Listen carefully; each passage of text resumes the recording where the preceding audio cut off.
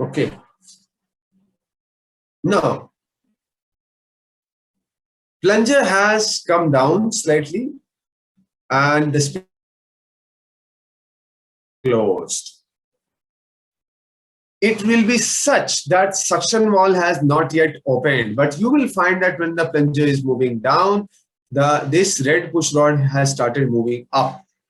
And when the plunger is down by some more amount, this push rod is going to touch the suction valve and it is going to lift the suction valve open. As soon as the suction valve opens up, I'll clear all the annotations. As soon as the suction valve opens up, the plunger is already moving down. The fuel will be drawn into the top of the plunger. Everywhere, whatever space is there, all the spaces will be filled up. And remember that this side as well as this side of the fuel pump, the connections to the suction side and the spill side, they are all connected to the fuel supply system. 8 to 10 bar for heavy fuel oil. Is that clear?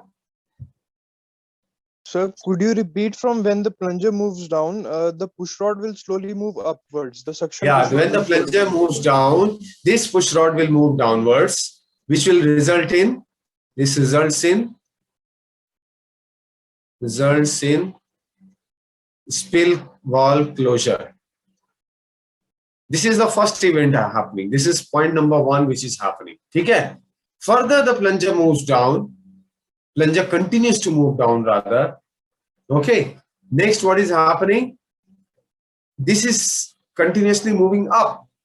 So next event which is happening, number 2, is this one. Results in suction valve opening. Okay. The plunger still continues to move down. This valve will still continue to move up and this push rod will still continue to move further down. Plunger reaches the BDC. Okay, BDC, not piston BDC of your engine, but plunger reaches the bottom of its stroke and reverses. So the plunger has reversed now. When the plunger has reversed, I'll clear off some annotations.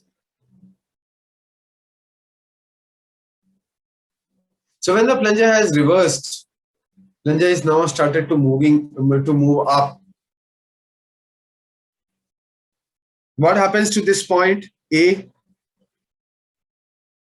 This point B. It will also go up. A will also go up and B will also go down. B will go down. The plunger started to move up. So when the plunger started to move up, you can see that this point B started to move downwards. So the push rod starts to move downwards. Slowly there will come a time when the suction valve closes. So when this is happening, this results in suction valve closure. And you know that suction valve closure will do what? It will do what?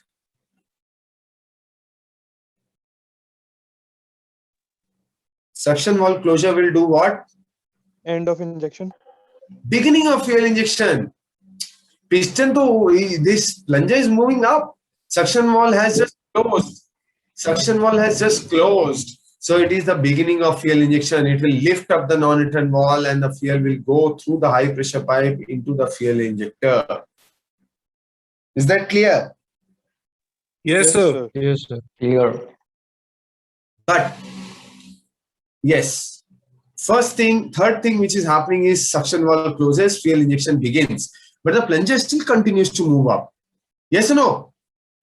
It has not yet reached the top. So it continues. Yes, sir. So in between, somewhere a time will come when this is moving up, this push rod is also moving up. There will come a time when this push rod will hit this spill valve and spill valve opens up. The moment the spill valve opens up, the high pressure fuel which was being sent to the engine, that will leak out. And where will it go? Can somebody tell me?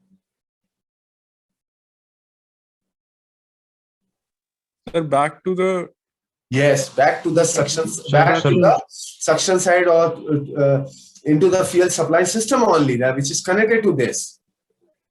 So that ends the fuel injection. That is the termination of fuel injection.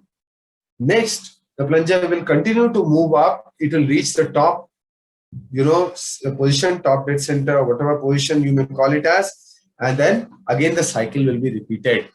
Is this part clear to everybody? Yes, sir. Yes, sir. Okay.